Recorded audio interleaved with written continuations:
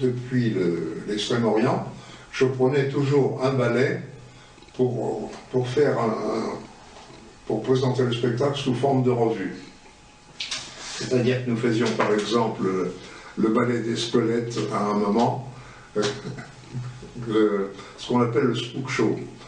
J'avais un artiste qui s'appelait Berkshire et qui faisait le théâtre noir et qui fabriquait tout ce que je voulais à la demande.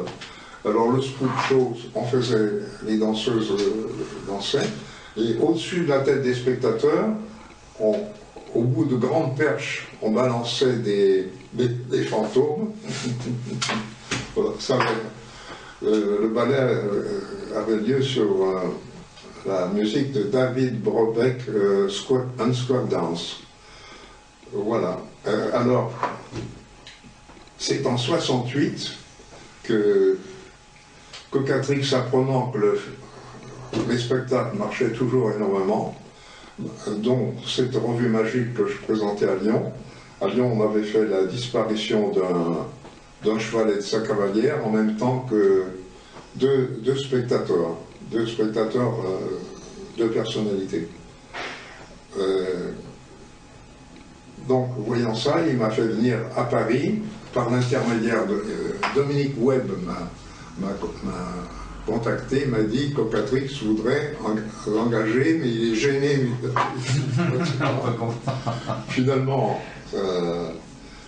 j'ai rencontré Cocatrix. Cette fois, il m'a engagé ainsi que Dominique Webb, et il a engagé le spectacle que je lui ai monté sous forme de revue, avec un ballet de l'Olympia et le ballet de Plachard.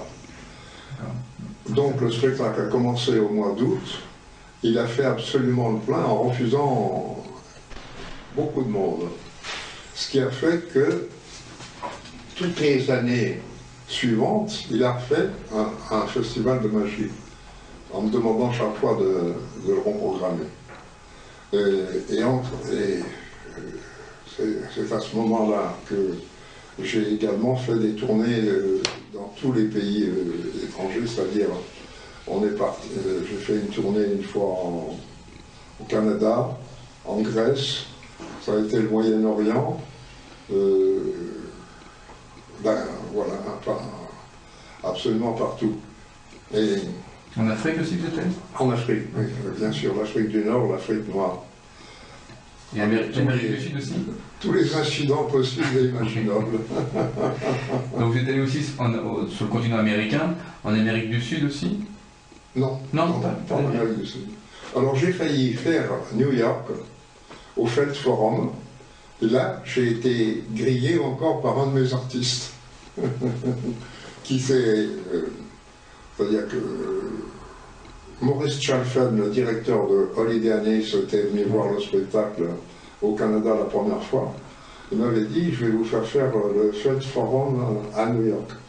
Et il y avait un de mes artistes qui s'appelle Richard D, qui était un très bon artiste, mais qui avait toujours le défaut de vouloir s'interposer et de dire au bonhomme, oui, mais moi je vais vous faire le programme avec... ça vous coûtera bien moins cher. C'est trop cher, ce que demande de son avis. Eh bien, et malheureusement, mais Richardy n'était pas capable de faire le lancement publicitaire.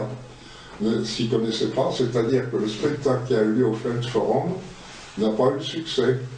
Et déjà, précédemment, Richardy avait été engagé en Allemagne par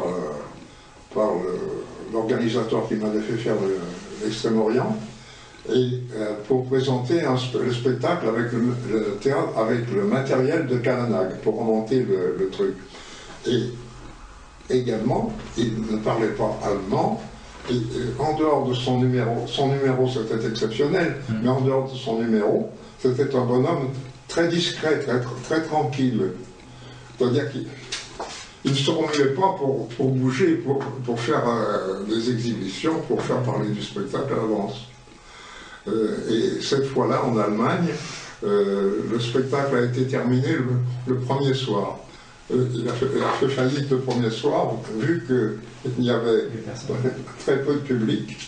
Et le lendemain, il n'y avait plus de location, plus rien du tout. Le bonhomme, l'organisateur a annulé en disant aux artistes, je vous réengagerai plus tard en organisant mieux la tournée.